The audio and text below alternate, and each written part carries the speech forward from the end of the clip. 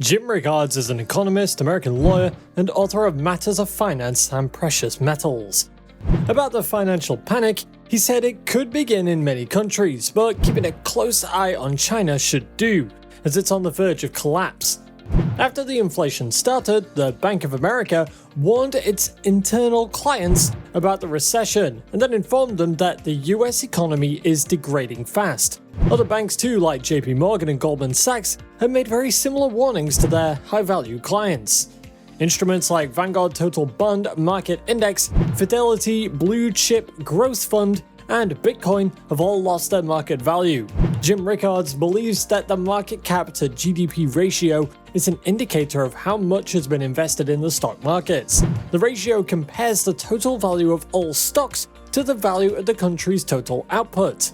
That indicator today is 113% higher than the height of the dot-com bubble. And this is dangerous because once the money flowing is taken away, the crash will be way bigger than the tech bubble.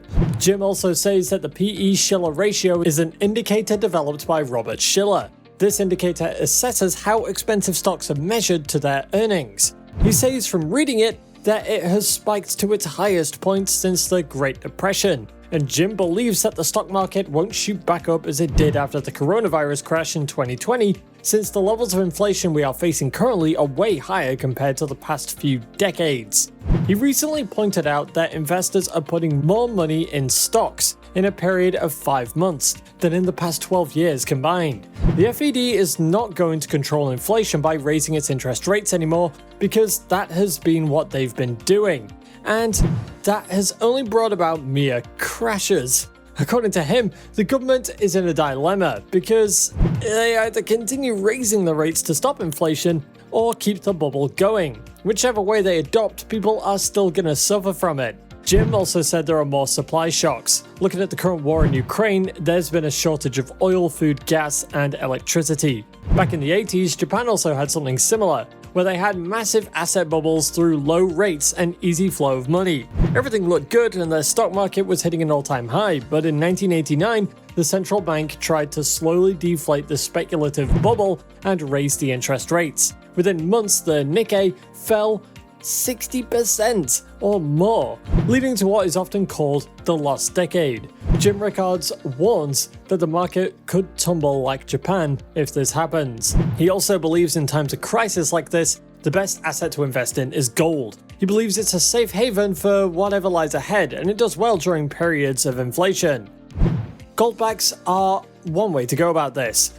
They are thinly printed sheets of real gold. Goldbacks solve a bigger problem with storing physical gold and allows traders to trade in smaller denominations. In times of crisis, like the inflation period, goldbacks can be used for trade by barter, as they are already used as a currency in some countries like Utah, Nevada, and New Hampshire. They also have value when compared to real gold. With all these, Jim believes that the market crash will come when everyone least expects it, just like a visitor coming out of nowhere to greet you during the day.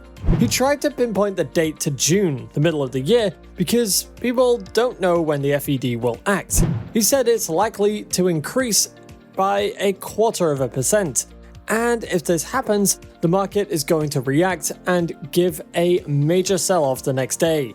Jim implores everyone to get ready for the coming crisis so it doesn't catch anyone unexpected. Have enough cash to cover at least 2 to 3 months of your expenses because that time is when people have their homes, jobs, and other things going down the drain. From Jim's research, the market took a very long time to recover in 2008. Investors who kept their money in the market had to wait for a very long time to get a recovery. This really sad news for investors is a tough pill to swallow. Having liquidity at hand is very important because after the market has crashed and hit the bottom, it is always very easy to buy from there and make some returns on investment, unlike when you invested before the market crisis happened. That's it for today's video. Make sure you like, share, and subscribe if you haven't already, and we'll see you in the next one.